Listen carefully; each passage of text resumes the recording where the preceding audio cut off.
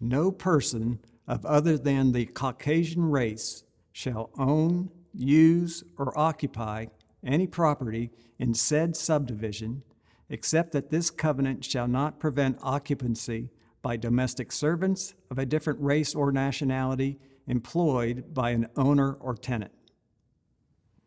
How does that statement make you feel? Shocked? Angry? Disbelieving? I felt all three and more as I was introduced to restrictive covenants, and I'm white. I'm here to tell you how housing segregation came about in Tallahassee, how it plays out today, and what we should do about it.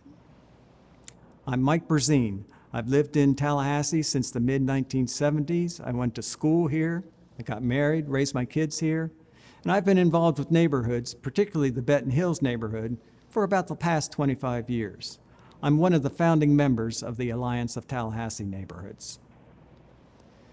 You may have heard that racially restrictive covenants are illegal.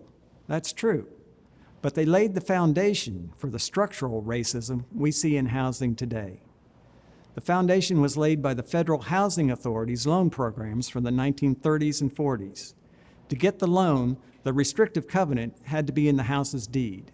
These racially restrictive covenants were found to be unconstitutional for federal loan programs in 1948 and were deleted from the regulations. After that, private prejudices prevailed.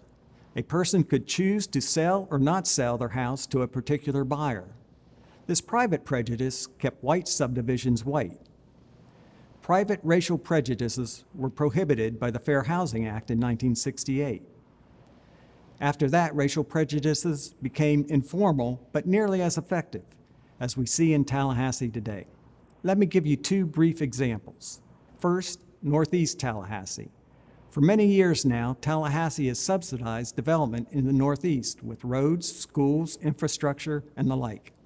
These are nice neighborhoods, but very predominantly white. Why? The out-of-town location and housing costs make them unaffordable for most minorities. We are continuing this discriminatory pattern as we see in this example for the Welaunee Arch property.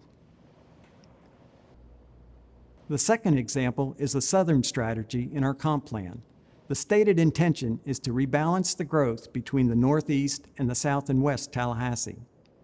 That's a worthy intention, and the enabling goals are fine too. As usual, the problem comes down to money, or more accurately, how the money is allocated to projects. Our city gushes that it will invest $1.6 billion in the South in the next 10 years. That's got to be great, right? We're allocating that money on a let-them-eat-cake basis. That is, with high-ticket price projects, but low value to the people that live in the South. They don't need cake. They need bread. Lots of it, and in many forms. Break down that $1.6 billion into projects that directly help people living in the South, and you get, if very generous, 25%. Until we address these long-term social equity problems created and maintained by structural racism built into our land development policies and practices, minorities will be trapped where they are, and higher income people will not move in. We've been in a prolonged but ignored emergency regarding a slew of disparities between African Americans and whites in Tallahassee.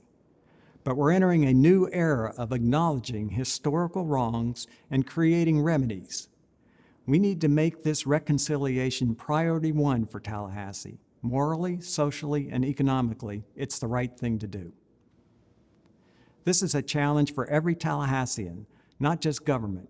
We need to work together, neighborhoods, universities, businesses, not-for-profits, religious institutions, individuals, everyone, together. That's the challenge for a new and better Tallahassee for all Tallahasseans. That's the way I see it.